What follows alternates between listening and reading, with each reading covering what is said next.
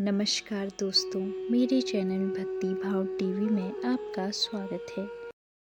तो दोस्तों, आज की इस वीडियो में मैं आपको बताने वाली हूँ विष्णु अवतार का रहस्य। आखिर क्यों धरती ने पुकारा राम। क्या आप जानते हैं क्यों धरती माँ ने खुद भगवान विष्णु को पुकारा था? हाँ, वो भी ऐसे समय में जब अन्याय और अत्याचार का अंधेरा चारों ओर छा गया था। असुरों का आतंक इतना बढ़ चुका था कि साधु संत ऋषि मुनि तक भय में जी रहे थे। धरती अपने ही बच्चों के पापों से कांप रही थी, मानो उसकी सांसें रुकने लगी हो। वो कराह उठी और देवलोक की ओर सहायता के लिए अपनी वेदना पहुंचाई। तभी हुआ कुछ ऐसा जिसने युगों का भाग्य बदल दिया।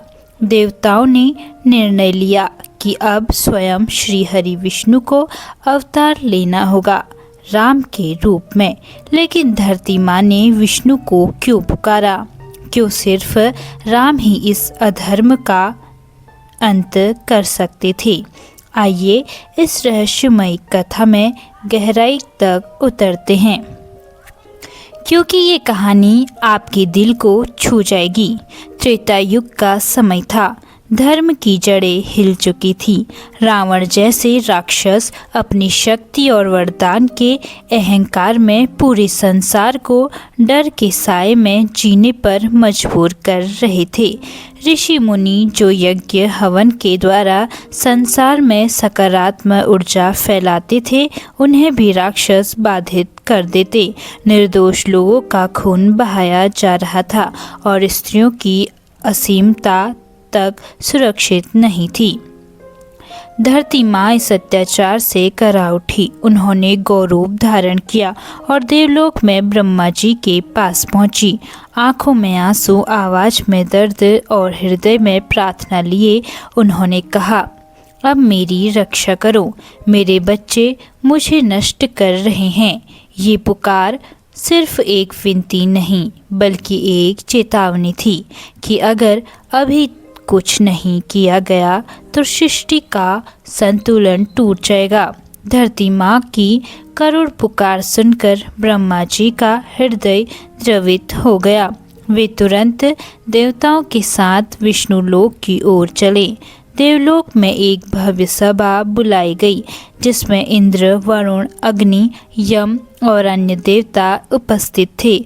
सबके चेहरे पर चिंता की लकीरें थी। रावण और उसके भाइयों के अत्याचार का अंत कैसे होगा? समस्या ये थी कि रावण को ब्रह्मा जी से ऐसा वरदान मिला था कि कोई देवता, दानव या असुर उसे मार नहीं सकता था। लेकिन अहंकार में उसने मनुष्य और वानर को तुच्छ समझा और उनसे सुरक्षा का वरदान नहीं मांगा। देवताओं ने समझा यही उसकी हार का द्वार है। निर्णय लिया गया कि स्वयं भगवान विष्णु मनुष्य रूप में अवतार लेकर रावण का अंत करेंगे और इस तरह राम अवतार की योजना बनी। रावण कोई साधारण राक्षस नहीं था। उसने वर्षों तक घोर पाप किया और ब्रह्मा जी से वरदान पाया कि देवता, असुर या दानव उसे मार नहीं सकते। इस वरदान ने उसे अजय बना दिया। लेकिन अहंकार में डूबे रावण ने मनुष्य और वानर को तुच्छ समझकर उनसे सुरक्षा नहीं मांगी। यही उसकी सबसे बड़ी भूल थी। उसने सोचा, मनुष्य क्या कर लेगा मुझसे, वो तो कमजोर और नश्वर है। लेकिन उसी अभिमान ने उसके अंत का द्वार खोला। देवताओं को यही अवसर दिखा और उन्होंने संकल्प किया कि भगवान विष्णु मनुष्य रूप में जन्म लेकर रावण का वध करेंगे। ये केवल युद्ध नहीं था, बल्कि अहंकार पर मर्यादा की विजय की नींव रखी जा रही थी। भगवान विष्णु का अवतार लेना सिर्फ रावण वध के लिए नहीं था, बल्कि एक गहरे धर्म स्थापना के लिए था। त्रेता युग में समाज अपनी नैतिकता और आचार से भटक चुका था। राजाओं में अहंकार, प्रजा में लोभ और राक्षसों में निर्दयता चरम पर थी। राम का जन्म इस संदेश के साथ होना था कि धर्म केवल युद्ध से नहीं बल्कि मर्यादा और आदर्श से स्थापित होता है। राम अपने जीवन के हर पहलू में एक उदाहरण बनने वाले थे। पुत्र के रूप में आज्ञाकारी, राजा के रूप में न्यायप्रिय और पति के रूप में अडिग। उनका अवतार मानवता को यह याद दिलाने के लिए था कि शक्ति तब ही दिव्य होती है जब उसमें संयम और करुणा हो। राम का जीवन आने वाले युगों तक धर्म का दीपक बनकर जलने वाला था।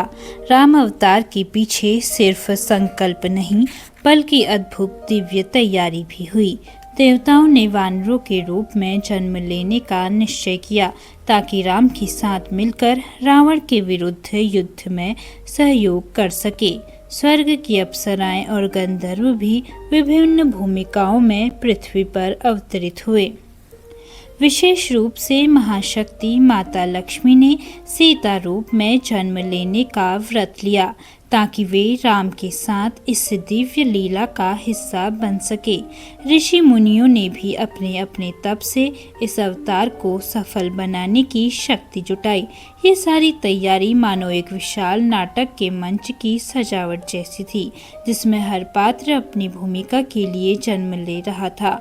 सृष्टि खुद इस पल का इंतजार कर रही थी, उस दिव्य जन्म का जो इतिहास बदलने वाला था। अवतार के लिए स्थान चुनना भी संयोग नहीं बल्कि संकल्पित योजना थी। भगवान विष्णु ने धरती पर जन्म के लिए अयोध्या नगरी को चुना, एक ऐसी पवित्र भूमि जहां सरयू नदी बहती थी और जहां धर्म का दीपक सदियों से जल रहा था। अयोध्या के राजा दशरथ निस्वार्थ, धर्मप्रिय और प्रजावत्सल थे, लेकिन संतानहीन थे। उनके हृदय में एक ही अभिलाषा थी, एक योग्य उत्तराधिकारी जो राज्य की मर्यादा और धर्म की रक्षा कर सके। भगवान विष्णु का अवतरण उनके इस अधूरे स्वप्न को पूरा करने वाला था। यही कारण था कि आने वाले समय में दशरथ का पुत्रेष्टि यज्ञ और अमृत खीर की कथा इस दिव्य अवतार की शुरुआत बनी। अयोध्या को पता भी नहीं था कि उसके आगमन में स्वयं भगवान जन्म लेने वाले हैं। राम अवतार से पहले ही संकेत मिलने शुरू हो गए थे। ऋषि मुनि ध्यान में अद्भुत प्रकाश देखते जो सरयू तट की ओर चमकता था। आकाश में शुभ नक्षत्रों का योग बनने लगा, पंछियों की मधुर ध्वनि और वातावरण में एक अनोखी शांति फैलने लगी। अयोध्या की गलियों में लोग कहते, कुछ तो होने वाला है, कुछ बड़ा। महर्षि वशिष्ठ ने राजा दशरथ को आशीर्वाद देते हुए संकेत दिया, राजन, जल्द ही आपके द्वार पर वह जन्म लेगा जिसके चरणों की धूल से पृथ्वी पवित्र होगी।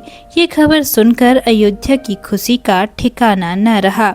देवताओं तक को प्रतीक्षा थी उस घड़ी की जब विष्णु राम बनकर अवतरित होंगे और रावण के अंत का आरंभ करेंगे।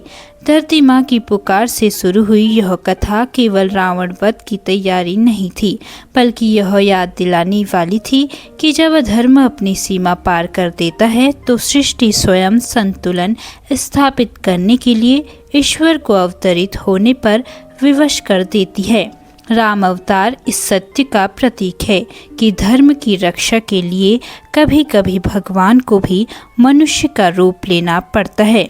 उनका जीवन हमें सिखाता है, शक्ति जब तक मर्यादा में है तभी दिव्य है। और अब यह कहानी यहीं खत्म नहीं होती, क्योंकि अगली कड़ी में आप सुनेंगे दशरथ का पुत्रेष्टि यज्ञ, अमृत खीर का दिव्य चमत्कार, जहां से राम अवतार की वास्तविक यात्रा शुरू होती है।